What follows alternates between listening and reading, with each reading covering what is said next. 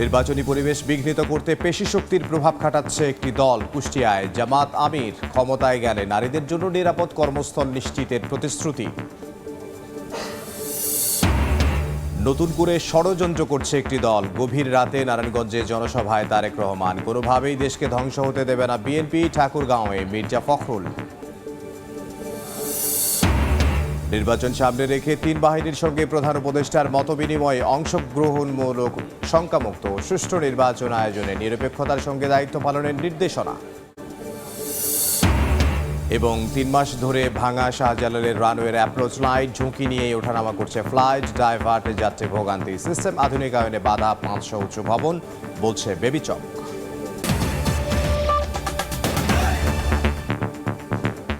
সময় সংবাদের সঙ্গে আছি আমি ইমদাদুল হক।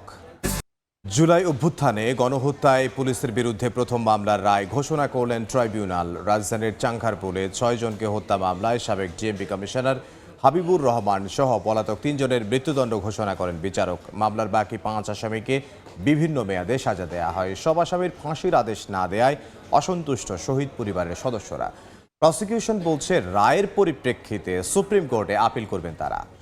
২০২৪ সালের ৫ই আগস্ট সেদিন মার্চ পর ঢাকা কর্মসূচিতে যোগ দিতে ঢাকামুখী লাখো ছাত্র জনতা। শেখ হাসিনা সরকারের পতনের ঠিক আগ মুহূর্তে রাজধানীর চানখারপুলে নারকীয় হত্যাযজ্ঞ চালায় আইনশৃঙ্খলা বাহিনী। ট্রাইব্যুনাল তার রায়ের পর্যবেক্ষণে বলেছেন, সেদিন বৃষ্টির মতো নির্বিচারের গুলি করে হত্যা করা হয় শহীদ আনাস সহ ৬ জনকে।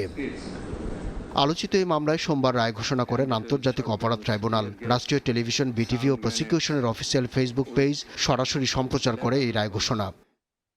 রায়ে তৎকালীন ডিএমপি কমিশনার হাবিবুর রহমান, যুগ্ম কমিশনার সুদীপ কুমার চক্রবর্তী, পুলিশের রমনা বিভাগের উপকমিশনার শাহ আল মোহাম্মদ আখতারুল ইসলামকে মৃত্যুদণ্ড দেওয়া হয়। আর সাবেক সহকারী কমিশনার মোহাম্মদ ইমরুল সহ ৫ জনকে বিভিন্ন মেয়াদে কারাদণ্ড দেন বিশেষ আদালত। মৃত্যুদণ্ডপ্রাপ্ত আসামিদের স্থাবর অস্থাবর সব সম্পত্তি বাজেয়াপ্তেরও নির্দেশ দেওয়া হয়। কমান্ড রেসপন্সিবিলিটিতে শেখ হাসিনা, আসাদুজ্জামান খান কামাল এবং আইজিপি আব্দুল আল মামুনের শাস্তি হয়েছে আগে। আজকে আদালত যেটা বলেছেন যে এই অপরাধীদের বিরুদ্ধে অপরাধ প্রমাণ হয়েছে, তারা ক্রাইমস এগেইনস্ট হিউম্যানিটি করেছেন, সেইটা প্রমাণিত হয়েছে। সাজা দেওয়ার ব্যাপারে ৩ জনকে মৃত্যুদণ্ড দিয়েছেন। মামলার বিচারকালে একাধিক ভিডিও ফুটেজে কনস্টেবল সুজনকে শুয়ে বসে গুলি করতে দেখা যায়। তাকে ৩ বছরের কারাদণ্ড দিয়েছেন আদালত। এছাড়া অপরাধ প্রমাণিত হওয়ার পরও সর্বোচ্চ সাজা না হওয়া আসামিদের বিরুদ্ধে আপিল করার ঘোষণা দিয়েছেন চিফ প্রসিকিউটর। আপিলের কথা জানিয়েছেন আসামি পক্ষ। যারা সরাসরি এখানে গুলি বর্ষণ করেছে তাদের অপরাধ প্রমাণিত হওয়ার পরে সাজা অল্প হওয়াটা এটা ন্যায় বিচারের সাথে সঙ্গতিপূর্ণ নয় বলে আমরা মনে করছি। সে কারণে আমরা মনে করছি যে এটা আপিল করা প্রয়োজন। আমরা আপিল হয়তো করব। সুপিরিয়র কর্তৃপক্ষ আদেশ অনুযায়ী ঘটনাস্থলে তারা আইন শৃঙ্খলা রক্ষার জন্য তারা সিআরপিসি বা পেনাল কোড অনুযায়ী তো পালন করেছে। তাই এখানে আসামিদের যে সাজাগুলো প্রদান করেছে, এখানে আমরা সংক্ষুব্ধ। উচ্চ আদালতে আমরা আপিলে যাব। রায় ঘোষণার সময় ট্রাইব্যুনালের উপস্থিত ছিলেন শহীদ পরিবারের সদস্যরা। পরে অসন্তোষের কথা জানিয়েছেন তারা। যে খুনি তার ভিডিও ফুটেজ থাকা সত্ত্বেও তাকে ৩ বছরের যদি কারাদণ্ড দেয়া হয়, সেটা কি আসলে যৌক্তিক কোনো রায় হয়েছে বলে আপনারা মনে করেন? আমি তো মনে করি না। ৩ বছর পরে আরো বাইরে যাব, আমরাই তো এখন নিজের জান লইয়া কি করতে পারবো না। আপনারা এটা কিভাবে কি করবেন? জুলাই আগস্টের হত্যাযজ্ঞের মামলায় আন্তর্জাতিক অপরাধ ট্রাইব্যুনালের এটি দ্বিতীয় রায়। এর আগে গত বছরের ১৭ নভেম্বর প্রথম মামলায় শেখ হাসিনা ও আসাদুজ্জামানের মৃত্যুদণ্ড হয়। আসামি থেকে রাজসাক্ষী হওয়ায় ৫ বছরের সাজা দেওয়া হয় সাবেক পুলিশ প্রধান চৌধুরী আব্দুল্লাহ আল মামুনকে। আব্দুল্লাহ শাফি, সময় সংবাদ, ঢাকা। জনগণ পুরানো বস্তা পচা রাজনীতি আর ফেরাতে চায় না বলে মন্তব্য করেছেন জামাত আমির ডক্টর শফিকুর রহমান। একটি দল নির্বাচনী পরিবেশ বিঘ্নিত করতে পেশি শক্তির প্রভাব খাটাচ্ছে বলে অভিযোগ করেছেন তিনি। কুষ্টিয়ায় জনসভায় এই অভিযোগ করেন তিনি। এরপর মেহেরপুরে জনসভায় অংশ নেন জামাত আমির।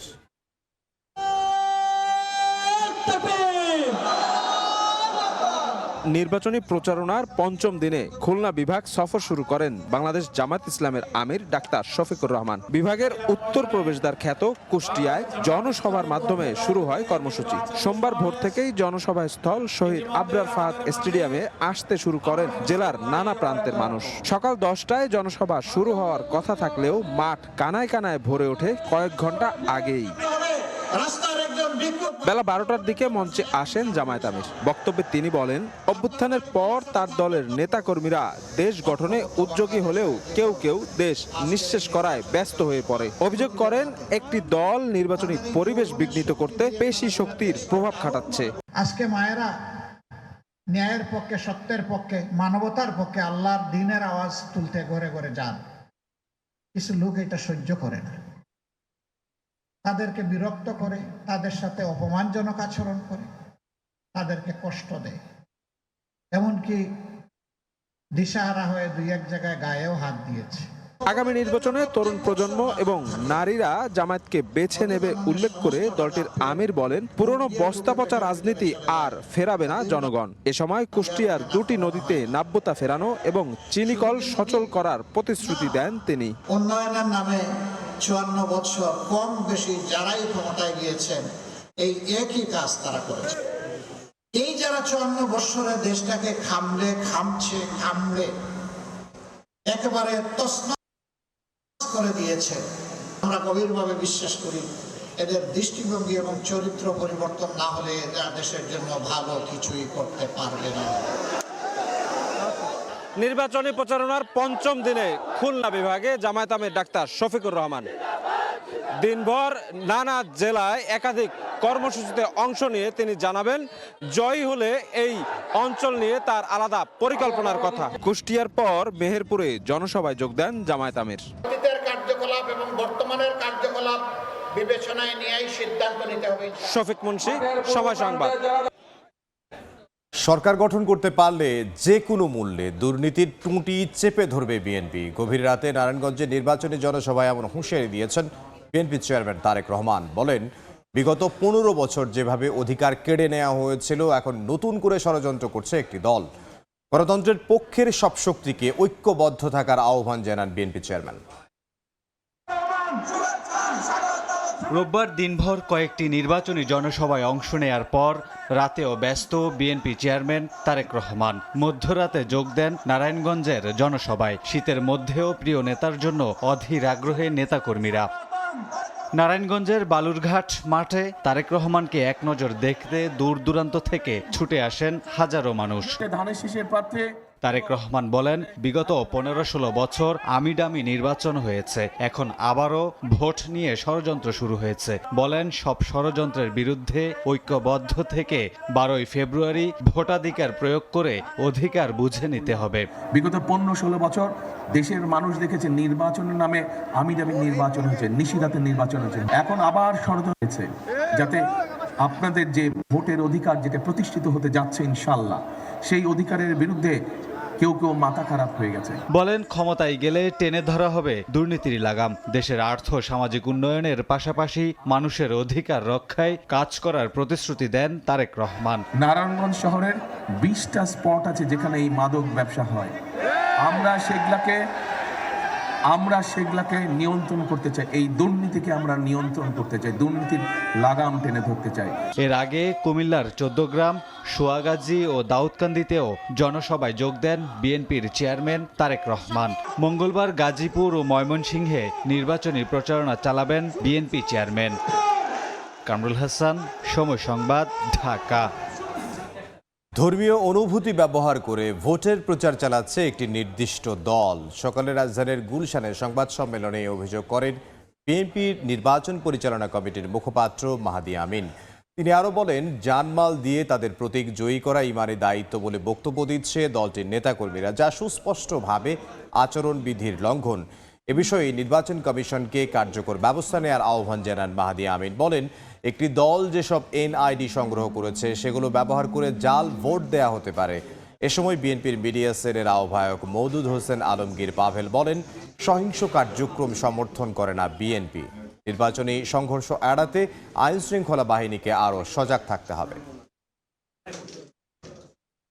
একটি নির্দিষ্ট রাজনৈতিক দলের প্রার্থীরা ধর্মীয় অনুভূতির অপব্যবহার করে নির্বাচনী প্রচারণা চালাচ্ছেন।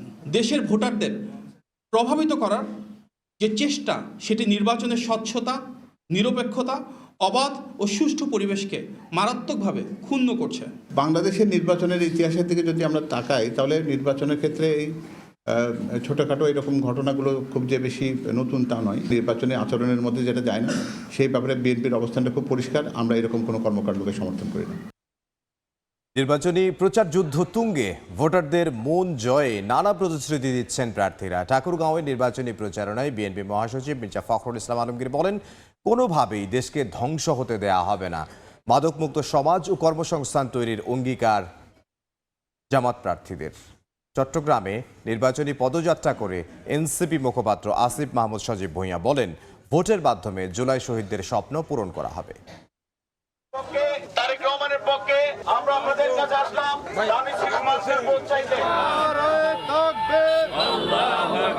৮-১৬ দিন পর ত্রয়োদশ সংসদ নির্বাচন ও গণভোট। ভোটারদের মন জয়, প্রতিশ্রুতি আর পরিকল্পনা নিয়ে শহর, গ্রাম, পাড়া, মহল্লায় অবিরাম ছুটছেন সব দলের প্রার্থী।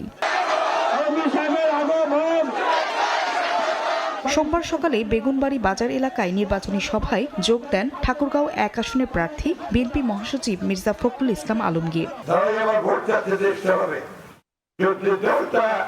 আমার দেশে বিশ্বাস করে না, স্বাধীনতাতে বিশ্বাস করে না, তার কাছে আমি ভোটটা দিয়ে দেশটা কি সর্বনাশ করবো না।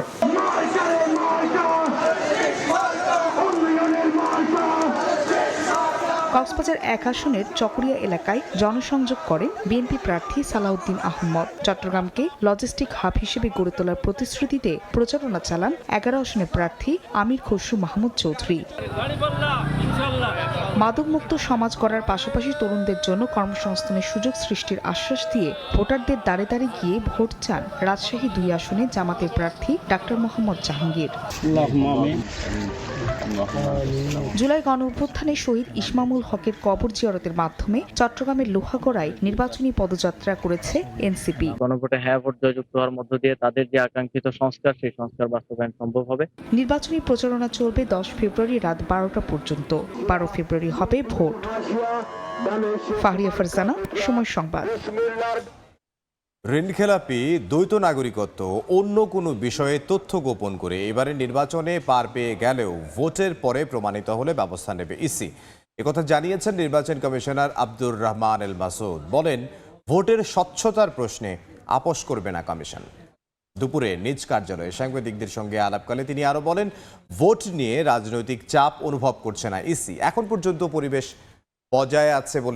সুষ্ঠু পরিবেশ বজায় আছে বলেও মন্তব্য করেন রহমানুল মাসুদ। সুষ্ঠু ও সুন্দর পরিবেশে ভালো ভোট হবে বলে আশা প্রকাশ করে ভোটারদের নির্বিঘ্নে কেন্দ্রে আসার আহ্বান জানান তিনি। এদিকে বিদেশে প্রবাসীরা আচরণবিধি ভঙ্গ করলে দায় ব্যক্তির, এমন মন্তব্য করে দায় এড়ালেন নির্বাচন কমিশন সচিব আখতার আহমেদ। বললেন, আজ থেকে পাঠানো হচ্ছে দেশের ভেতরে পোস্টাল ব্যালট।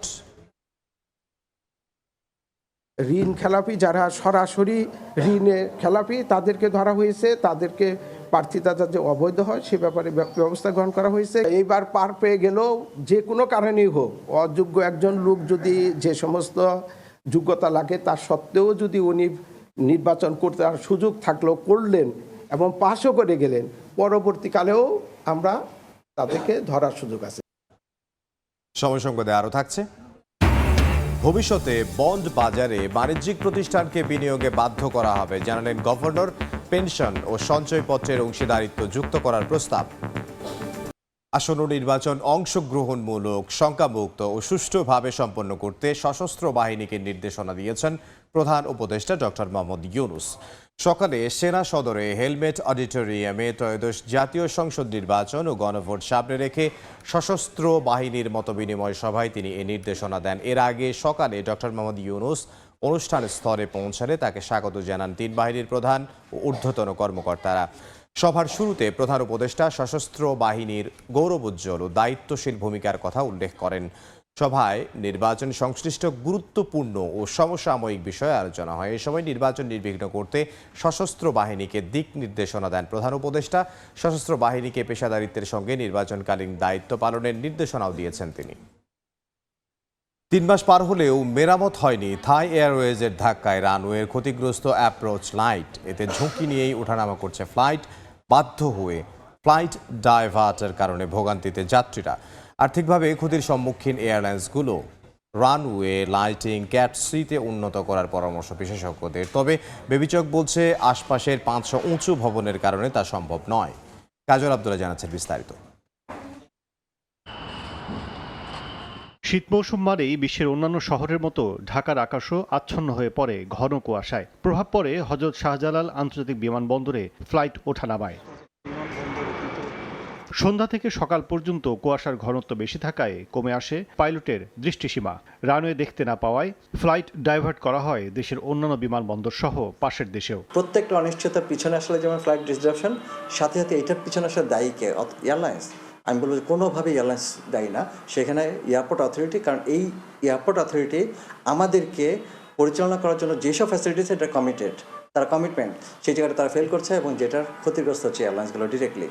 ৪৫ বছর পর শাহজালালের রানওয়ের লাইটিং সিস্টেম ক্যাটাগরি 1 থেকে ক্যাটাগরি 2-এ উন্নীত করা হয় গত বছরের জুলাই। কিন্তু থাই এয়ারওয়েজের উড়োজাহাজের ধাক্কায় অক্টোবর মাসে রানওয়ের অ্যাপ্রোচ লাইট ভেঙে যায়, যা দৃষ্টিসীমা সংকীর্ণ করেছে পাইলটের। বেবিচক জানায় মেরামতে পেরিয়ে যাবে শীত মৌসুম। জুলাই মাস থেকে ক্যাটাগরি 2 ডিক্লেয়ার করেছিলাম। গত অক্টোবরে 29 তারিখে থাই এয়ারওয়েজের একটা ইনসিডেন্ট হয়। তারা অনেক লো অ্যাপ্রোচ করার কারণে আমাদের কিছু হাই ইন্টেন্সিটি অ্যাপ্রোচ লাইট তাদের দ্বারা নষ্ট হয়। এটা ড্যামেজ হয়ে যাওয়ার কারণে আমার পার্সেন্টেজটা চলে আসছে 92, 87, 86 এরকম।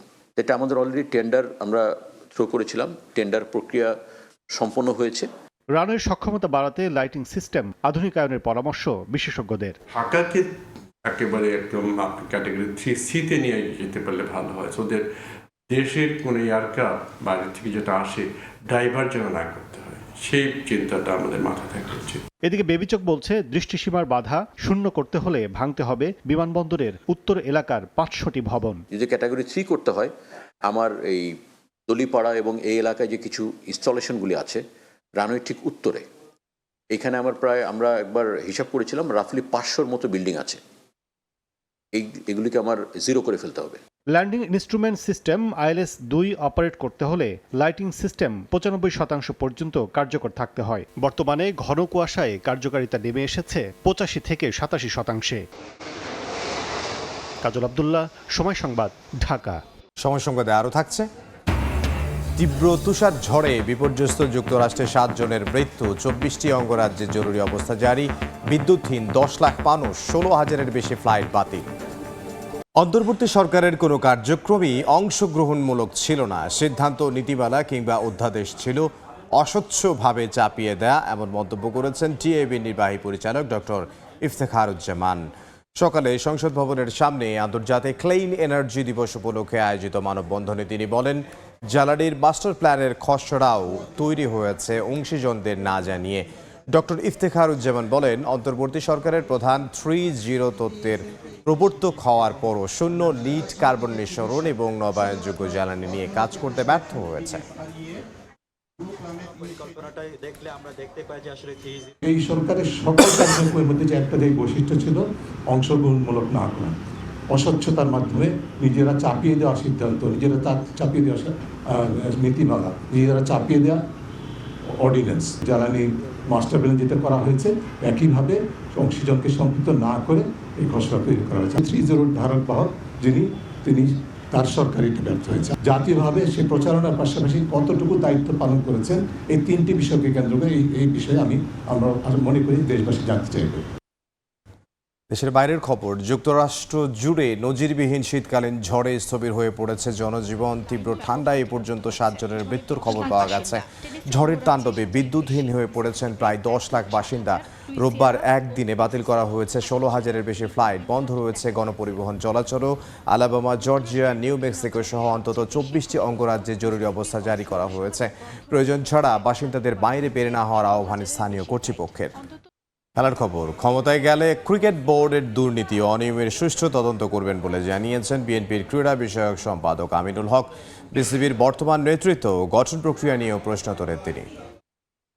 এই ক্রিকেট বোর্ডে আমাদের যে সাবেক যে অনভিজ্ঞ ক্রীড়া উপদেষ্টা, তিনি তার স্বেচ্ছাচারিতার মাধ্যমে এই ক্রিকেট বোর্ড তৈরি করে ক্রিকেট বোর্ডকে কলঙ্কিত করেছেন এবং আমার ক্রিকেটকে ক্ষতিগ্রস্ত করেছেন। এবং এইটার পিছনে যারাই জড়িত থাকুক না কেন, ভবিষ্যতে নির্বাচনের পরে আল্লাহ যদি আমাদেরকে কবুল করে, এগুলোর সুষ্ঠু তদন্তের মাধ্যমে আমরা তাদেরকে আইনের আওতায় এনে তাদেরকে অবশ্যই তাদের বিরুদ্ধে ব্যবস্থা নিতে হবে। নিরাপত্তা জটিলতার কারণে আজকে বাংলাদেশ ক্রিকেট দল বিশ্বকাপ খেলতে যাচ্ছে না। সো এটা আমরা যদি আরও সুদূর প্রসারী চিন্তা করতাম যে আমাদের ক্রিকেট বোর্ডের সাথে আইসিসি কিংবা ভারতীয় ক্রিকেট বোর্ডের সাথে একটি কূটনৈতিক পরিবেশের মাধ্যমে আমরা কিন্তু এই সমস্যাটি সমাধান করতে পারতাম।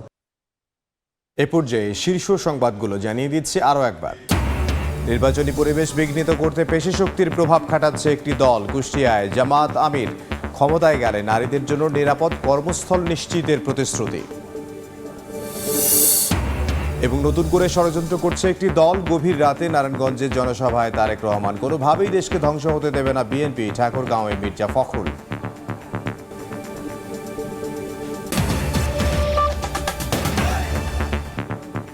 এই ছিল বিকেল 3টার সময় সংবাদে। এরপর আন্তর্জাতিক সময়ের সঙ্গে থাকবেন সহকর্মী রোজা চৌধুরী।